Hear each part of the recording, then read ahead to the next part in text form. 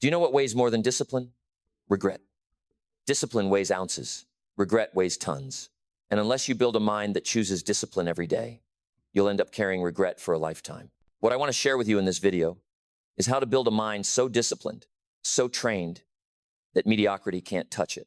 You'll discover why discipline is the master key, why success is nothing more than a few simple habits repeated daily, and how to shift your philosophy so it works for you instead of against you.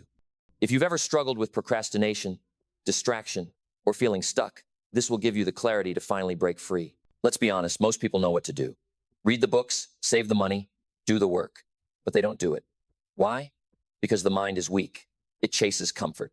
It avoids pain, and it whispers excuses. The tragedy is, comfort today always becomes regret tomorrow. But here's the good news. You can turn that around. You can front load the pain, embrace the discipline, and build a mind so strong it scares mediocrity away. In the minutes ahead, I'll show you how discipline becomes the bridge between where you are and where you want to be. We'll talk about how philosophy shapes your daily choices, how small errors repeated each day lead to failure, and how small disciplines practiced daily lead to success.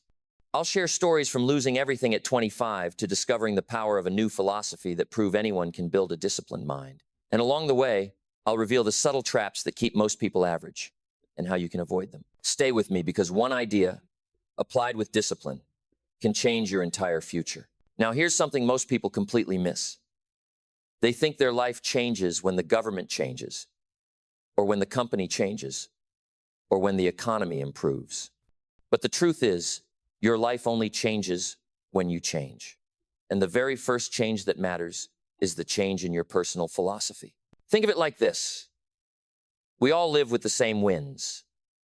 The winds of opportunity, the winds of challenge, the winds of winter and summer. The same winds blow on us all. But isn't it interesting how two people can live in the same country, work in the same town, maybe even start with the same education, and one of them builds a fortune while the other barely gets by? It's not the wind, it's not the weather, it's not the government, it's the set of the sail. Your philosophy is the sail. If the sail is torn, if it's pointed the wrong way, then the strongest wind in the world won't take you where you want to go.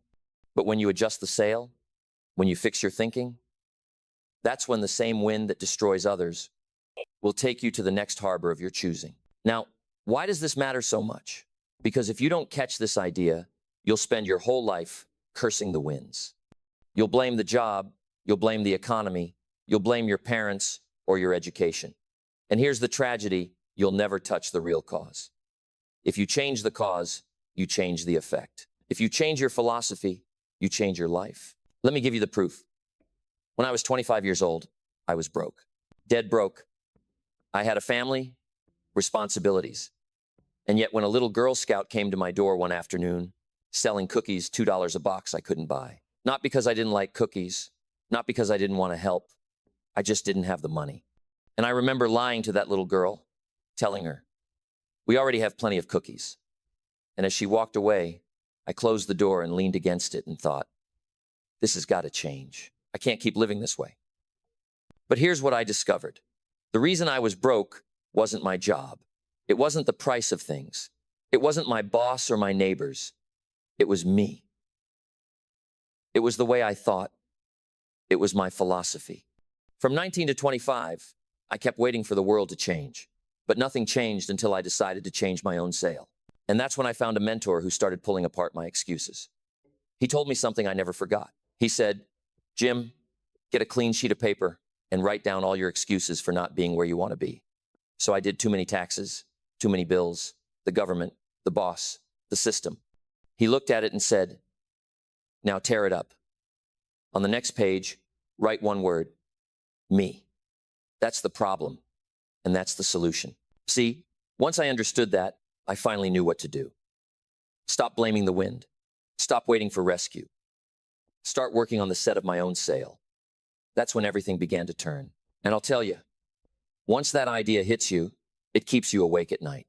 I went from sleeping like a baby, meaning I used to sleep 6 hours at night and cry the rest of the time, to lying awake with excitement because I discovered I could change my philosophy. And by changing it, I could change my entire future. Now let me challenge you. What philosophy are you living by today? Is it a philosophy of excuses or a philosophy of progress?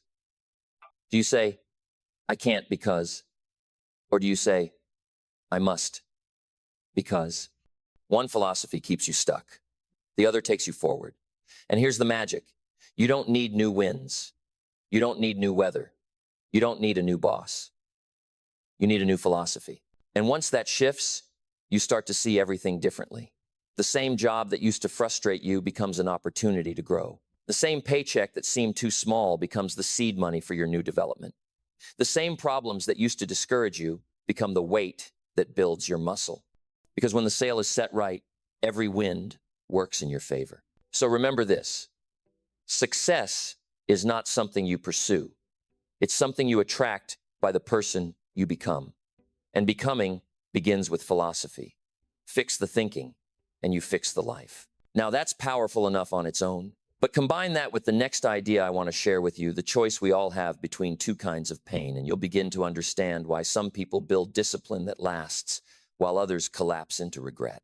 Now here's the next thing I want you to think about, and it may sting a little, but if it stings, that means it's working.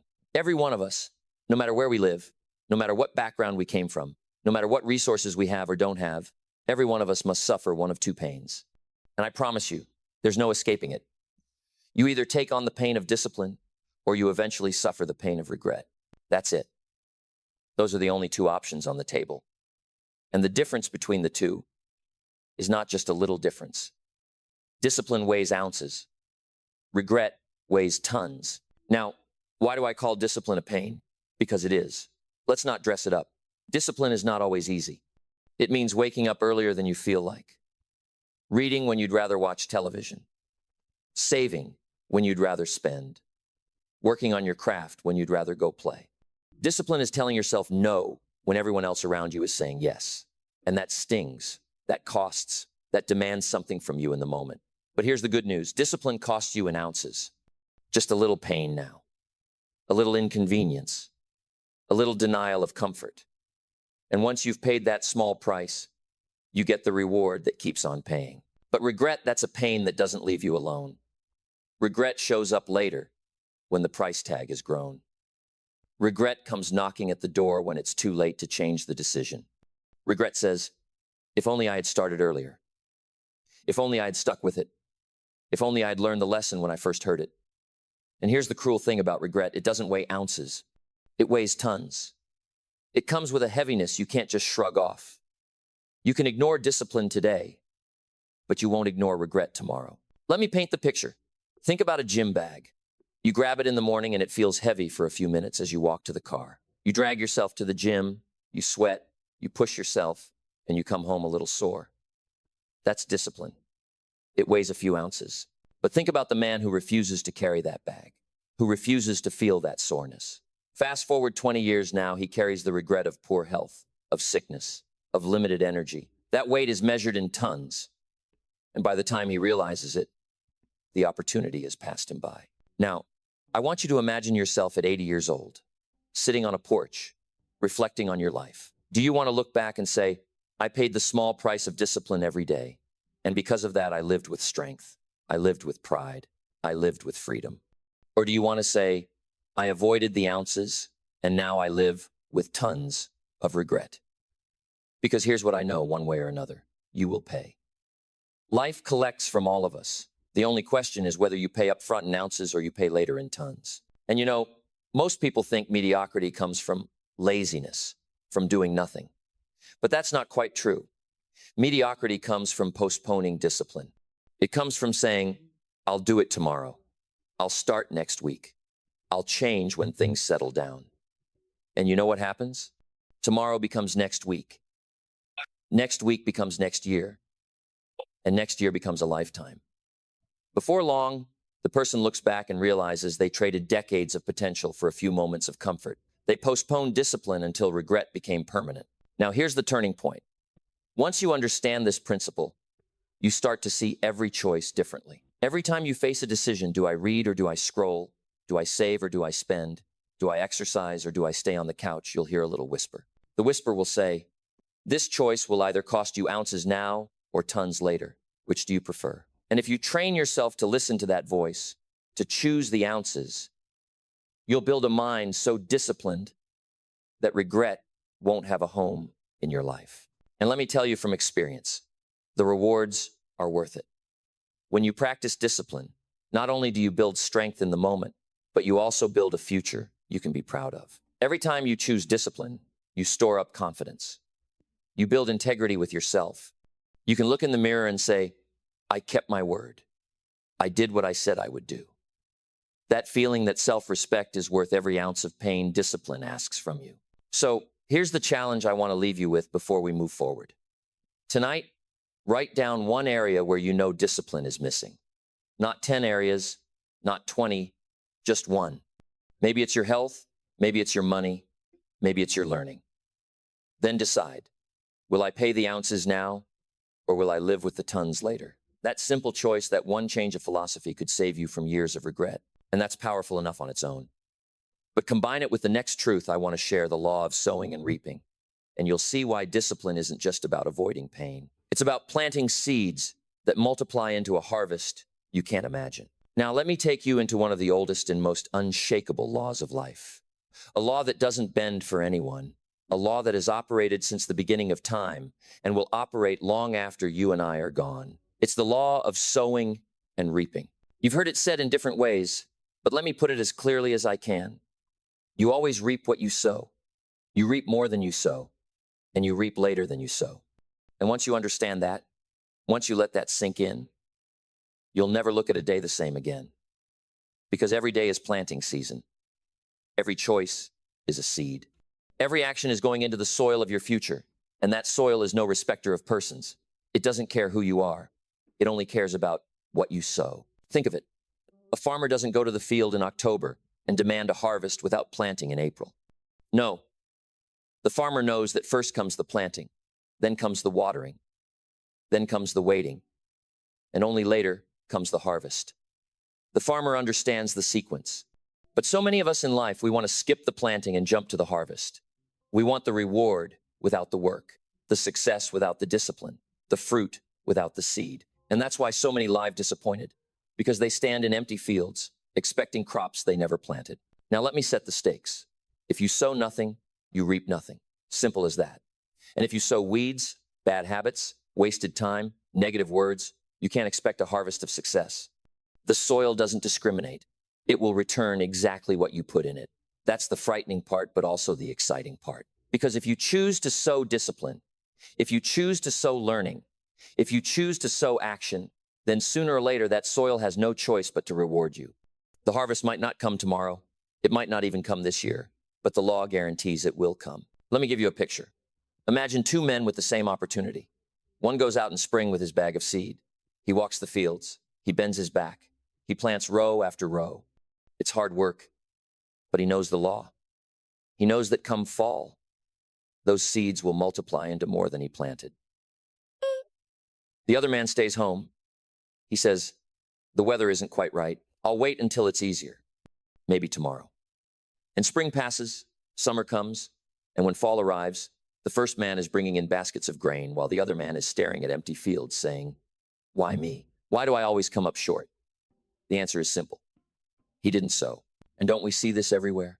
People envy the man who has built wealth, but they never saw him planting the seeds of saving and investing day after day. They admire the athlete, but they never saw her planting the seeds of training when nobody was watching. They look at the couple with a strong marriage, but they never saw the countless seeds of patience, forgiveness, and love planted over years. The law is universal. You can't cheat it, you can't bribe it, and you can't skip it. If you want the harvest, you must plant the seed. Now, here's the part that should excite you. You always reap more than you sow. One seed of corn produces a stalk with several ears, each with hundreds of kernels. That's multiplication. That's the generosity of the soil. And life works the same way. One act of discipline today, reading 10 pages, saving $10, making one phone call might seem small, but it multiplies. Those 10 pages become hundreds of books over the years. That $10 grows into thousands of dollars invested.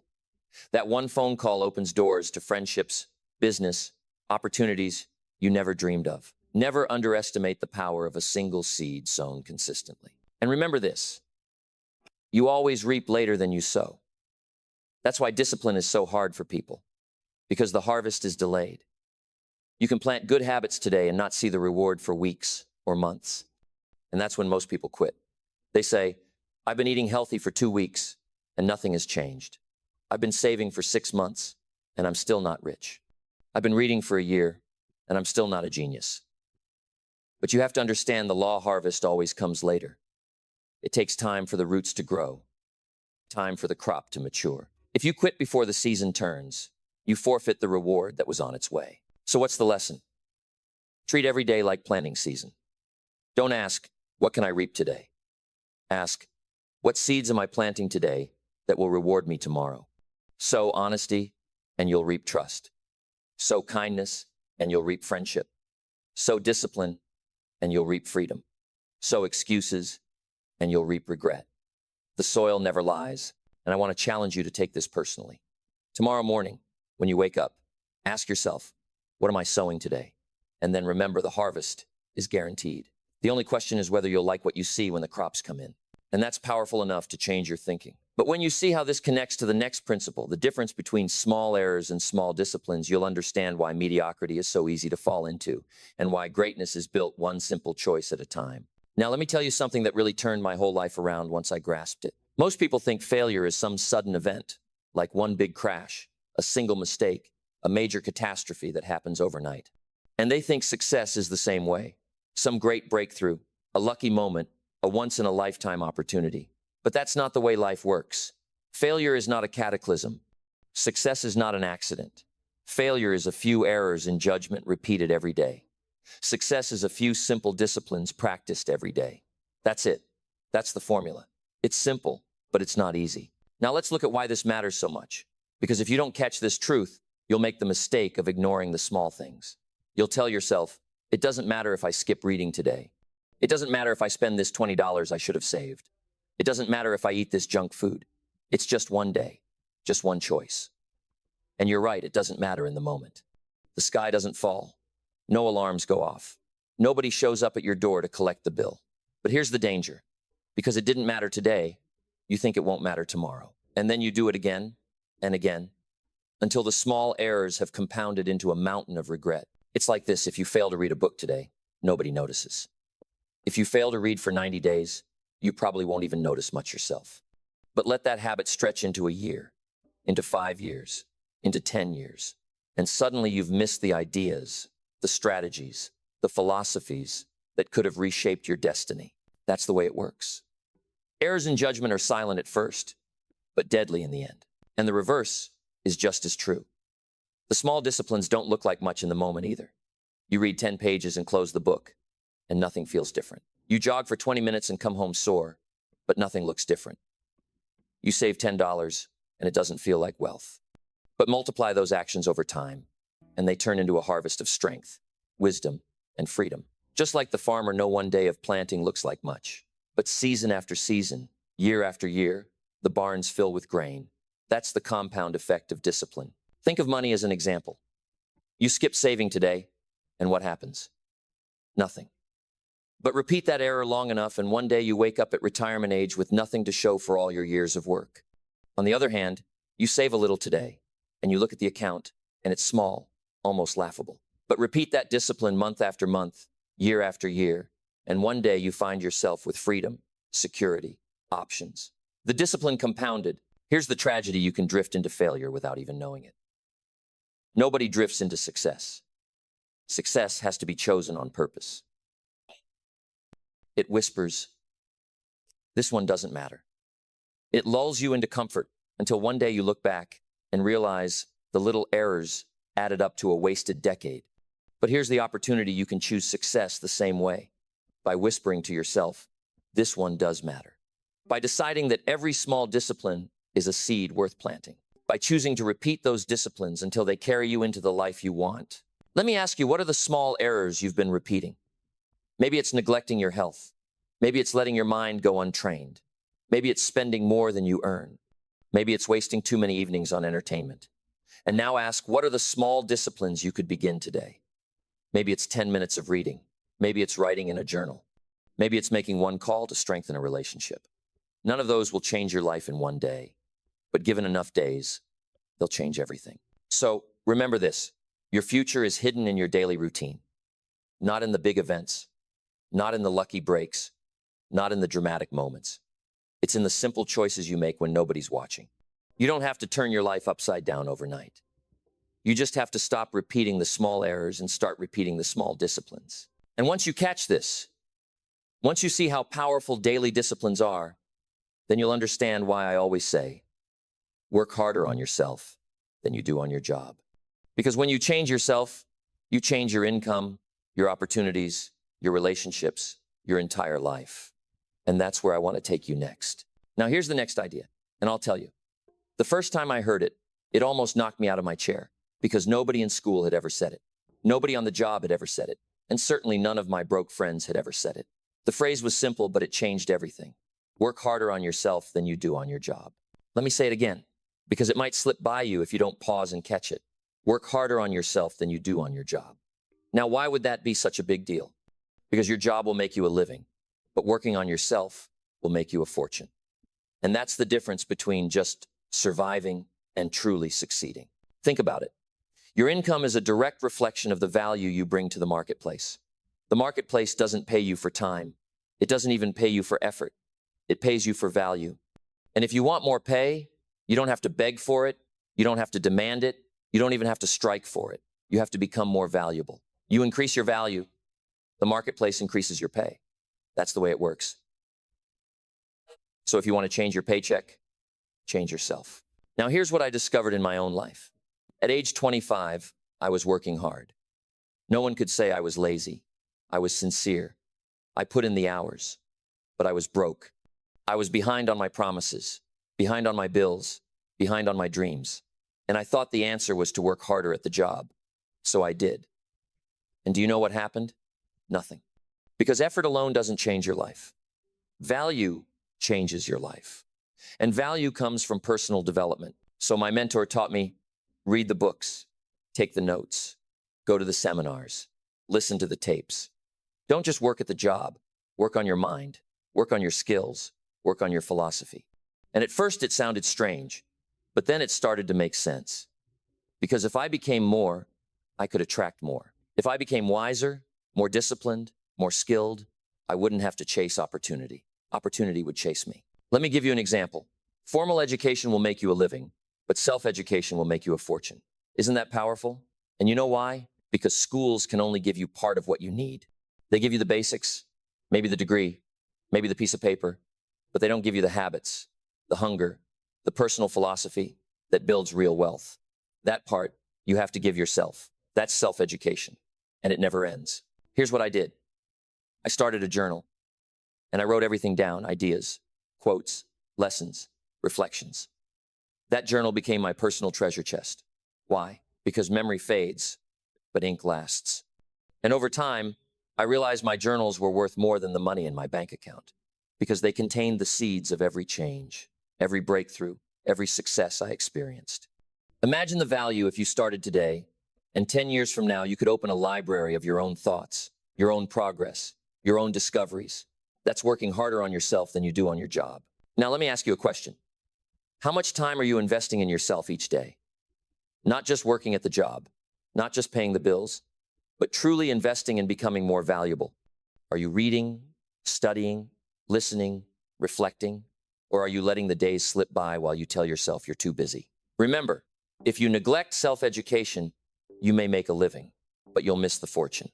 And fortune is not just money, it's freedom, it's respect, it's options, it's the ability to do what you want, when you want, with the people you love. That's what you gain when you invest in yourself. And don't think it takes massive leaps. It starts with small disciplines, 15 minutes of reading, a page of journaling, listening to an audio on your commute. Tiny investments that compound into incredible results. Because remember, every day you either repeat small errors or small disciplines. This is one of the most important disciplines you can repeat, the discipline of self-education. So here's the challenge. Tonight, take a look at your library. Is it filled with entertainment or is it filled with education? Take a look at your schedule. Is it filled with distractions or is it filled with time to grow? If you work harder on yourself than you do on your job, you'll never be the same again. You'll move from making a living to designing a life. And that's powerful enough by itself. But when you connect self-development with another principle, the power of goals, you'll see how personal discipline becomes unstoppable. Because goals have the power to pull you into a future worth living for. And that's exactly where we're headed next. Now, here's something that truly separates the average life from the extraordinary life: the power of goals. Let me tell you, most people drift through their days without a clearly written set of goals. And because of that, they live life by accident rather than by design. They get caught in the current, moving whichever way the tide goes, reacting to circumstances, tossed around by other people's agendas, always busy, but never advancing. And then they wonder why year after year looks the same, why nothing changes, why their dreams remain just dreams. But here's the truth I discovered from my mentor: goals are the pull. Goals are the magnets that draw you into the future. Without them, life just drifts. With them, life takes on direction, purpose, power. Think about it this way. If you had a ship in the harbor and you took away the rudder, it doesn't matter how strong the winds blow. It doesn't matter how powerful the engine is. That ship will drift until it crashes on the rocks. And isn't that exactly what happens to people without goals? They may have energy. They may have talent. They may even have ambition. But without clearly defined goals, they drift until life crashes them against the rocks of regret. Now, contrast that with a ship whose captain has charted a clear course. Even when the winds are against it, even when the storms rise, the captain can adjust the sails and still reach the destination. That's what goals do for your life. They give you direction, they give you something to aim at, and they pull you forward, even when circumstances aren't in your favor. Why is this so important? Because the opposite is a tragedy. Without goals, life becomes a quiet form of desperation. You get up, you go to work, you come home, you watch a little television, you go to bed, and you do it all over again. And years pass that way, the same routine, the same paycheck, the same frustrations. And one day you wake up realizing you never lived the life you were capable of. You settled for existence when you could have designed a masterpiece. That's the cost of drifting. So what's the solution? Write down your goals. Not in your head, not vague wishes you carry around, but clear, written, specific goals. Because writing turns wishes into commitment. Writing tells your mind, this is serious. This is where we're going. And once you've written them down, something remarkable happens. You begin to see opportunities you never noticed before. You begin to make decisions differently. You begin to measure your days by whether they move you closer to your goals or farther away. Goals sharpen your vision. Now, let me give you proof from my own life. You remember that Girl Scout cookie story I told you earlier, when I couldn't afford $2 and I lied to that little girl? That day, I made a vow. I said to myself, never again. I will never be embarrassed again by not having money in my pocket. I will never be broke again. And that vow turned into a goal. My nitty-gritty reason, as I like to call it. Not a lofty dream at first, just a simple, clear, painful, motivating goal. And that single goal lit a fire under me. It pushed me to study, to read, to discipline myself, to change my habits. Because when the reason is strong enough, the how-to shows up. And that's the power of goals. They give you reasons. And reasons always come first. Now you might be thinking, but Jim, what if I don't know what I want? And that's okay. Most people start out not knowing. That's why I say start small. Write down what you'd like to have, what you'd like to do, who you'd like to become. Don't worry if it's perfect. Don't worry if it sounds silly. Just get it on paper. Because the very act of writing clarifies your thinking. And over time, your goals will refine. They'll expand. They'll grow with you. But you've got to start. You can't steer a parked car. And here's the real value of goals. And I hope you catch this. It's not just the achievement of the goals. That's secondary. The real value is the person you become in pursuit of them. What's the value of becoming a millionaire? Not the $1 million. The true value is the skills, the knowledge, the discipline, the character you had to develop to earn the million. Because here's the truth. If you took away the money from someone who had truly earned it, they'd make it back again. Why? Because the money isn't the treasure. The person you became is the treasure. That's the miracle of goals. They transform you in the process. So let me leave you with this challenge. Tonight, take a blank page and start writing.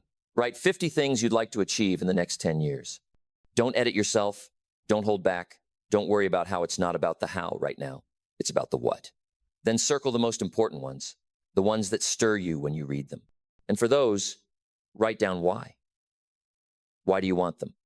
Because the why makes the what possible. And once you know the what and the why, the how will begin to show up. That's the power of goals.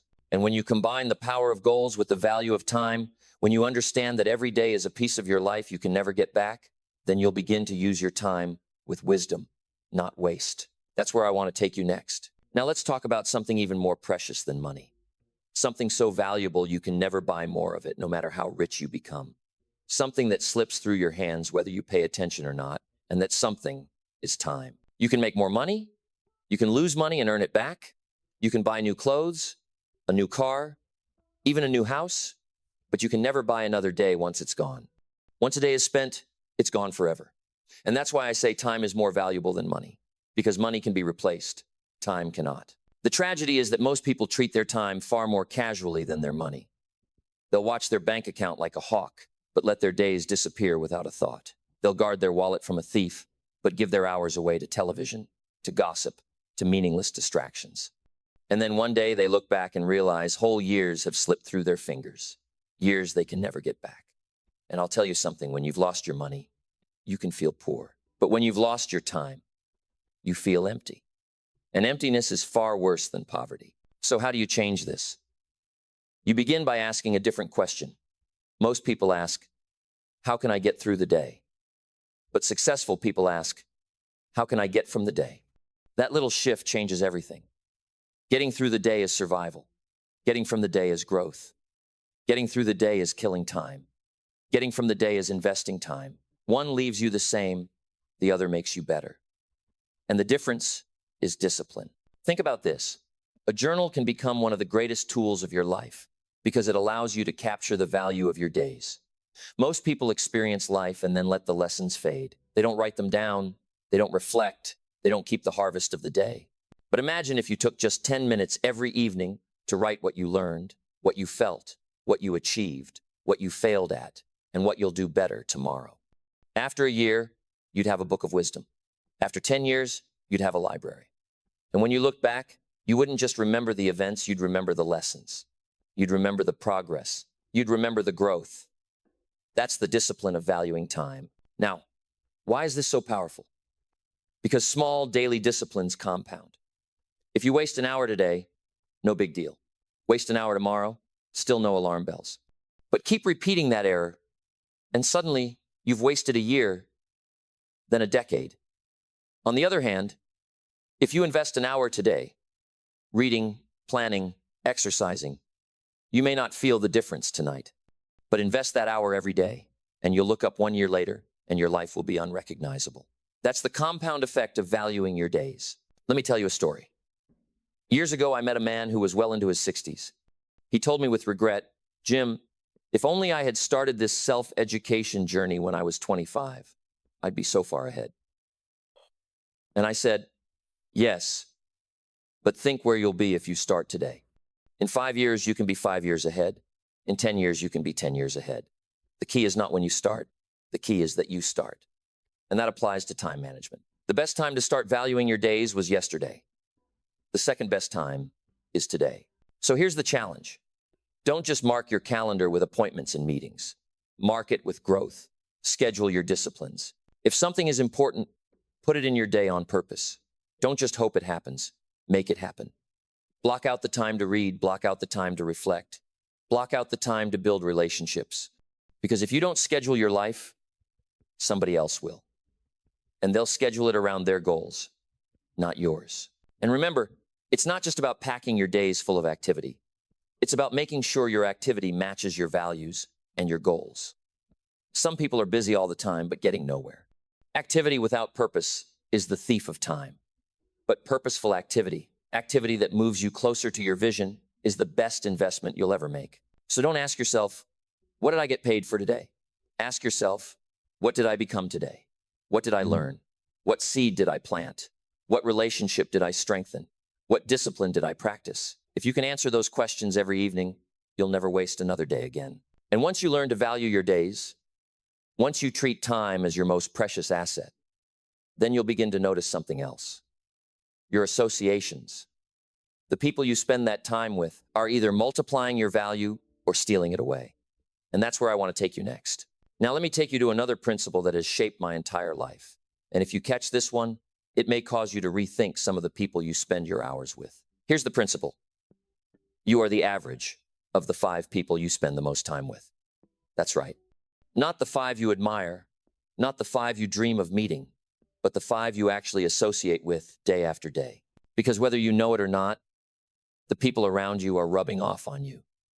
Their words, their habits, their attitudes, their expectations. They're either pulling you up or dragging you down. And the scary thing is, most of us don't even notice it happening until years have passed. Now, why is this so important? Because your environment shapes your philosophy, and your philosophy shapes your life. If you surround yourself with complainers, sooner or later you'll find yourself complaining. If you spend your days with people who make excuses, you'll start making excuses. If your closest circle treats mediocrity as normal, you'll drift into mediocrity without even realizing it. But if you spend time with people who stretch you, who expect more from you, who live with discipline, then slowly but surely you'll rise to meet that standard. That's the invisible power of association. Think about it this way. If you plant a tree in poor soil, it struggles. The roots can't find nutrients, the leaves turn brown, and eventually it withers.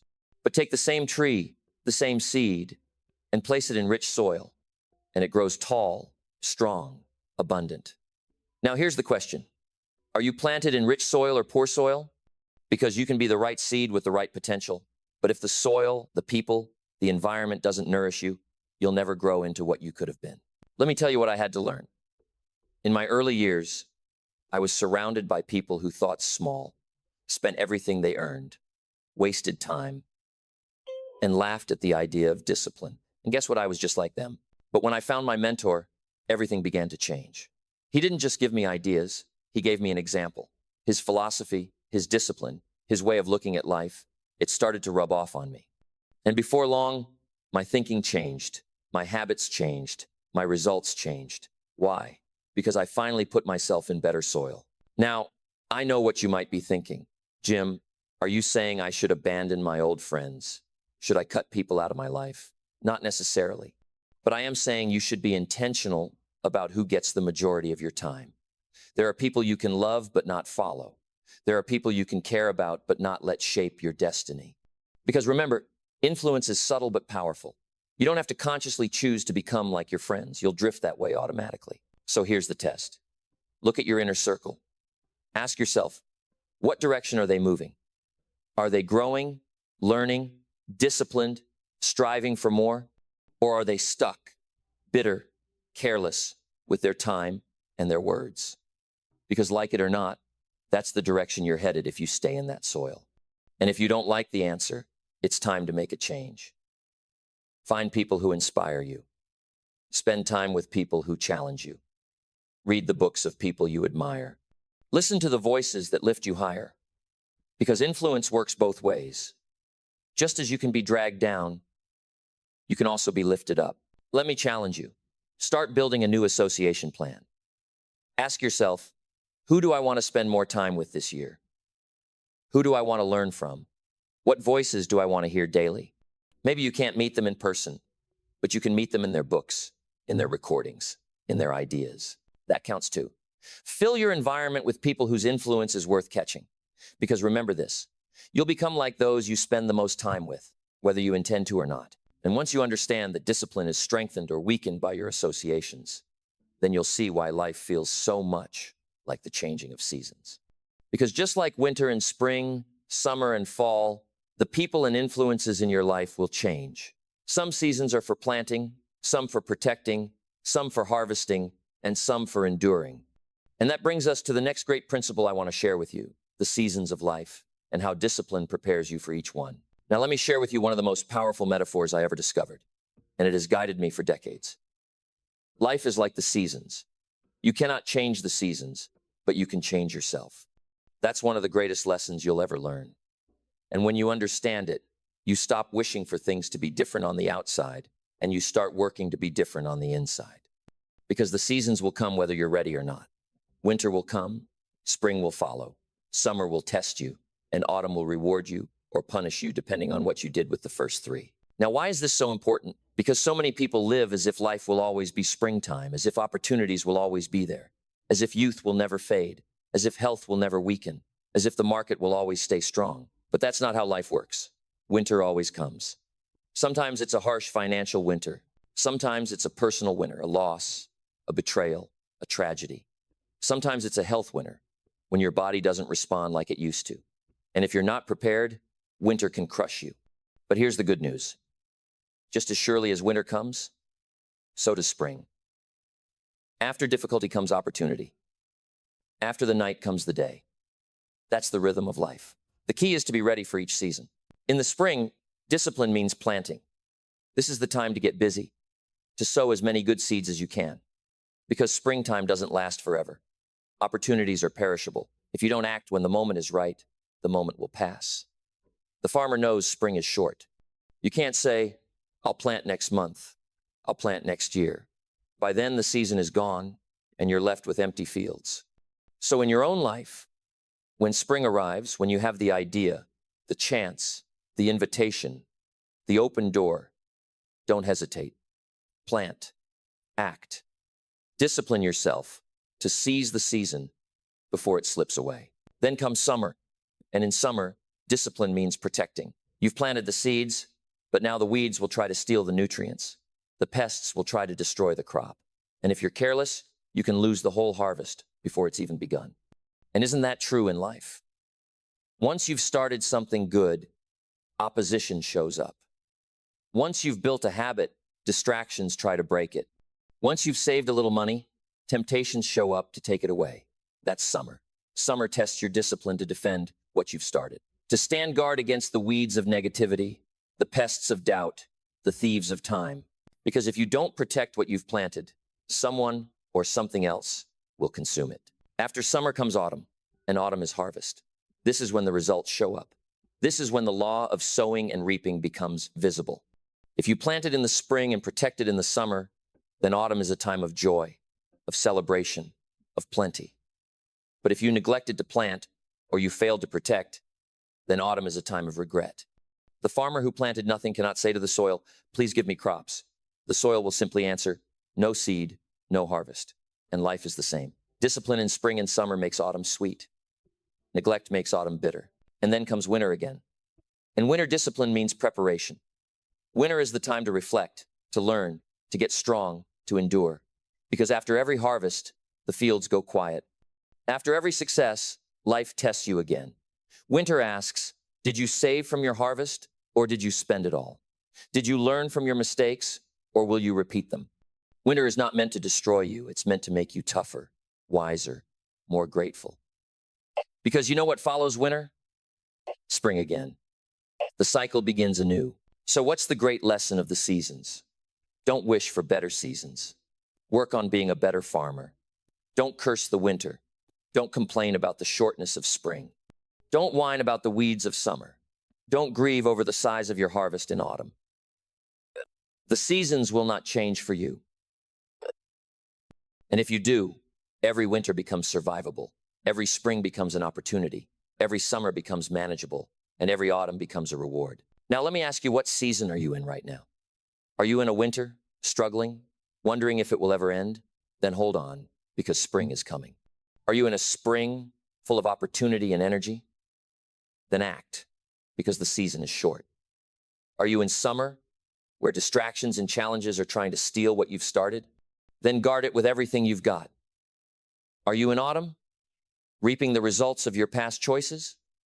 Then learn, celebrate if it's good, reflect if it's bad, but learn either way. Because the seasons will keep turning, and the wise adjust their discipline to match the season. And once you understand this, once you see life as a cycle of seasons, then you begin to value the disciplines that carry you through. And one of those disciplines that touches every season is the discipline of money, of wealth, of managing your resources. Because wealth is not first about money, it's about philosophy and discipline. And that's where I want to take you next. Now let's talk about money. Because money is one of those areas where discipline, or the lack of it, shows up most clearly. And I want you to understand right away, wealth is not first about money, it's about philosophy. It's about the way you think, the way you act, the way you manage, the way you discipline yourself when it comes to resources. You see, money doesn't change you. It only magnifies who you already are. If you're careless with $1, you'll be reckless with 100. If you're generous with a little, you'll be generous with a lot. If you're disciplined when the paycheck is small, you'll be disciplined when the paycheck is large. It's never the amount, it's the habits. And that's why wealth is not a matter of chance. It's a matter of choice. And that choice is rooted in discipline. Now, here's the truth. Most people don't have a money problem. They have a philosophy problem. They say things like, if only I made more, I'd be fine. But let me tell you, more money won't solve a money problem if the philosophy behind it doesn't change.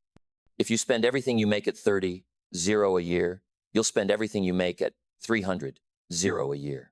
The numbers change, but the habits remain the same. So the key is not to wish for more money, it's to wish for more wisdom. Don't wish for fewer bills. Wish for more skills. Don't wish for luck. Wish for discipline. Because discipline is what turns income into assets, and assets into freedom. Let me share a story. When Andrew Carnegie was a young man, he wrote on a piece of paper a single goal. I will spend the first half of my life earning money and the second half giving it all away. That single philosophy guided his entire journey. He went on to build one of the greatest fortunes in history, and then he gave away the majority of it, building libraries, schools, institutions that shaped generations. Now think about that. His wealth wasn't just a number in the bank. It was discipline guided by philosophy. He knew what he was working for, and he disciplined himself to follow through. That's why I say wealth is not what you have, it's what you are. And here's another principle. Financial independence is not about how much you earn. It's about how you manage what you earn. You've got to learn to live on less than you make. That's called discipline. You've got to save part of every dollar. That's called discipline. You've got to invest in something that grows while you sleep. That's called discipline. And if you practice those simple disciplines over time, you'll move from survival to stability, from stability to success, from success to significance. But if you neglect them, no amount of income will save you. You'll always be at the mercy of circumstance. Now I know, saving doesn't feel exciting in the moment. Setting money aside feels like a sacrifice. But remember, it's the ounces of discipline today that save you from the tons of regret tomorrow. You save when you could spend, and years later you're free when others are trapped. You invest when you could indulge, and years later you're secure when others are worried. That's the harvest of financial discipline. And let me remind you, the goal is not just to pile up money. The goal is freedom. The goal is options. The goal is to become the kind of person who can create wealth, manage wealth, and then use it to make a difference. Because wealth without character is dangerous, but wealth with discipline becomes a tool for good. It builds families, it builds communities, it builds legacies. So here's my challenge to you. Starting today, pay yourself first. Before you pay the bills, before you spend on wants, pay yourself. Set aside a portion of every dollar and let that discipline compound over time. Start small if you must, but start. Because the habit matters more than the amount. And while you're at it, start working on your philosophy of money. Ask yourself, what do I believe about wealth? Do I see it as evil, or do I see it as a tool? Do I see it as luck, or do I see it as discipline? Your answers will shape your habits, and your habits will shape your future. And once you've disciplined yourself with money, once you've developed the philosophy that wealth is a matter of habits, not luck, then you'll begin to see another truth. That mediocrity doesn't just come from lack of money. It comes from the excuses we allow, the comfort we settle for, the self-deception we tolerate. And that's exactly where we need to go next, into the dangers of comfort and excuses, and how they quietly destroy discipline. Now let me talk to you about something subtle, something sneaky, something that ruins more lives than tragedy, more dreams than failure, and more fortunes than poverty. And it's not what most people think. It's not lack of talent. It's not lack of opportunity. It's not even lack of money. It's comfort and excuses. Because here's the truth, mediocrity doesn't usually come from disaster. It comes from drifting. It comes from settling. It comes from choosing the couch over the book, the television over the journal, the excuse over the action. And the danger of comfort is that it doesn't feel dangerous. It feels good. It feels easy. It feels safe. But little by little, it steals your future. Now, why is comfort so dangerous? Because comfort whispers. It whispers, you've done enough for today. You deserve a break. You can start tomorrow. And if you're not careful, You start believing those whispers. You say, I'll eat better tomorrow. I'll save money next month. I'll read when I have more time. I'll fix my habits when life slows down. And every day you postpone, the weeds grow a little taller. The debt piles a little higher. The habits dig a little deeper. And before long, you've built a life of quiet excuses, a life of almost, a life of someday. But someday never comes. Now let me tell you what my mentor told me when I was 25. Broke, behind on my promises, behind on my bills, and full of excuses. He said, Jim, get out a piece of paper and write down every excuse you've got. Taxes are too high. Prices are too steep. The government won't help. The boss doesn't pay enough. People don't understand me. Opportunities are scarce. Write them all down. So I did. I filled up the page. And then he looked at it, handed it back to me, and said, now tear it up. Get another page and write one word at the top. Me. That's the problem. And thank God that's also the solution. I'll never forget that moment. It stung, but it saved me. Because excuses are nothing more than lies we tell ourselves to stay comfortable. And once I ripped up that page, I had no one else to blame. That's when my philosophy began to change. Think about it. Excuses are like a credit card. They give you temporary comfort now, but the bill comes later with interest. You put off discipline today, and it feels fine. You say, not tonight, not this week, and nothing bad happens immediately. But the bill shows up months later in the form of regret, in the form of missed opportunities, in the form of dreams that slipped away. That's the real cost of excuses. They let you feel good now and guarantee you'll feel terrible later. Now here's the flip side. Discipline does the opposite. It makes you uncomfortable now so you can be comfortable later. You deny yourself the dessert now, and you enjoy health later. You save the money now, and you enjoy freedom later. You read the book now, and you enjoy wisdom later. Discipline and excuses both ask for a price. One collects up front in ounces, the other collects later in tons. So let me ask you, where have you let comfort steal your future? Where have you believed the whisper of tomorrow? Where have you traded discipline for excuses? Maybe it's in your health. Maybe it's in your finances. Maybe it's in your relationships. The area doesn't matter. The principle is the same. You can't drift your way to excellence. You can't excuse your way into greatness. You can't comfort your way into freedom. Now here's the challenge. Tonight, get a fresh piece of paper and write across the top. No more excuses. Maybe it's, I don't have time. Maybe it's, I don't have the money. Maybe it's, I'll start when I feel ready. Write it down and then rip it up. Tear it to shreds. Replace it with a single word, me. Because once you accept responsibility, you gain power. And once you have power, you can build discipline. And once you build discipline, mediocrity has no place in your life. And that's powerful enough on its own. But there's one more step I want to share with you. Because once you've thrown away your excuses, you still have to build something strong in their place. You have to build character. You have to build the kind of discipline that isn't punishment, but training, the kind that shapes your very identity. And that's exactly where I want to take you next. Now, let me take you deeper into the heart of this whole message. Because up until now, we've been talking about discipline as action, reading the books, saving the money, guarding your time, planting the seeds, and that's all true. But discipline is more than action. Discipline is character. It's the backbone of who you are. It's the invisible part of your life that shapes everything visible. And once you understand this, you stop treating discipline as punishment, as something harsh or restrictive, and you start seeing it for what it really is: training.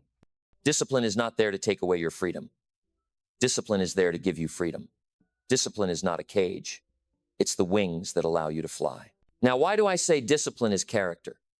Because every time you keep a promise to yourself, you're shaping your identity. You're proving to yourself that you can be trusted. And that inner trust is priceless.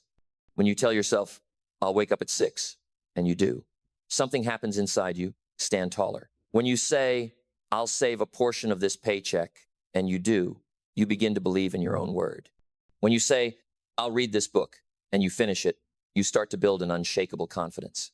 But flip it around. Every time you break a promise to yourself, every time you say you'll do it and you don't, you weaken that trust. You chip away at your own integrity. And eventually you stop believing yourself. And if you don't believe yourself, who will? So discipline is not just about what you do, it's about who you become. It shapes your character. It shapes the way you walk into a room, the way you speak, the way people respond to you. People can sense it. They can tell if you're a person who keeps your word or not.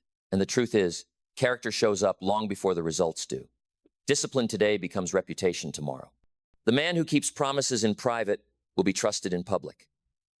The woman who holds herself accountable when no one is watching will be given responsibility when everyone is watching. Discipline builds character, and character builds influence. Now let me give you a picture. Think of a kite. A kite doesn't fly because the wind is gentle. It flies because it rises against the wind. It's the resistance that makes it soar. And isn't that what discipline does for us? Discipline is the resistance that builds our strength. Discipline is the wind against which we rise. Without it, we drift aimlessly. With it, we soar. And here's the irony. Most people spend their whole lives trying to avoid resistance, trying to make life as easy as possible, trying to eliminate every struggle. But it's in the very struggle that character is formed. It's in the resistance that greatness is born. Now, I know what some of you are thinking. Jim, I've failed too many times. I've broken too many promises to myself. I don't have the character you're talking about. And I understand that feeling. I've been there. But let me assure you, character can be rebuilt. Integrity can be restored. And it starts with the smallest act of discipline. Keep one promise today. Just one. And tomorrow, keep another. And as you string those together, day after day, you'll rebuild that inner trust. You'll start to believe in yourself again. And when you believe in yourself, you become unstoppable. And here's the great secret. Discipline doesn't just change your habits, it changes your destiny. Because destiny is not some mysterious force out there controlling you. Destiny is the accumulation of disciplined choices made day after day. Discipline writes the story of your future, one line at a time. And when you know that, you stop waiting for luck. You stop waiting for rescue. You stop waiting for the winds to change. You realize the power is in your hands, in your daily choices, in your character. So here's the challenge. Stop seeing discipline as punishment. See it as training. Every act of discipline is a rehearsal for the person you're becoming. Every time you push against the wind, you're rising higher. Every promise you keep is a brick in the foundation of your character. And once your character is strong, mediocrity doesn't stand a chance. It looks at you and it trembles because it knows you won't give in to excuses. You won't collapse under comfort. You won't be blown off course by the winds. You've built a mind, a will, and a character that terrifies mediocrity. And that's the closing picture I want to leave with you. Success is not something mysterious. It's not something reserved for the lucky few. Success is simple disciplines practiced every day. Failure is simple errors repeated every day. Mediocrity is the slow surrender to comfort and excuses. Greatness is the daily victory of discipline over those excuses. And the bridge from where you are to where you want to be is built out of nothing more and nothing less than character and discipline. So here we are. We've traveled through philosophy, through discipline, through sowing and reaping, through goals, time, associations, the seasons of life, the dangers of excuses, and the building of character. And if you've stayed with me this far, it tells me something about you. It tells me you're serious. You're not just curious. You're committed. Because the truth is, most people click away long before the harvest. They want the quick answer, the shortcut, the easy fix. But you're still here, and that means you're ready to do the real work. And the real work is not out there somewhere. It's inside. It's in your philosophy. It's in your habits. It's in the daily disciplines that nobody sees, but everybody eventually feels. Let me remind you of something I've said many times. Success is not something you pursue. It's something you attract by the person you become. That's the great secret. If you want more, you must become more. If you want things to change, you must change. If you want life to improve, you must improve. And the bridge between where you are and where you want to be is built out of nothing more than discipline. Discipline is the glue that holds your philosophy together. Discipline is the bridge between your goals and your accomplishments. Discipline is the quiet force that turns dreams into reality, day by day, choice by choice. Now think of what we've covered. We said philosophy is the set of the sail. You can't control the wind, but you can control the way you set your sail. That's discipline. We said every day you must suffer one of two pains, the pain of discipline or the pain of regret. Discipline weighs ounces, regret weighs tons. Choose wisely. We said life works by the law of sowing and reaping. You reap what you sow. You reap more than you sow.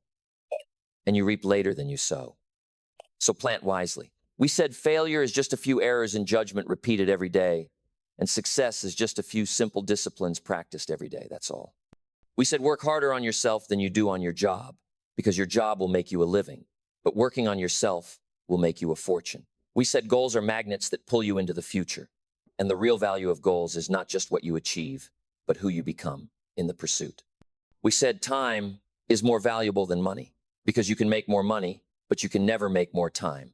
And the secret is not to get through the day, but to get from the day. We said you are the average of the 5 people you spend the most time with, so choose your associations with discipline.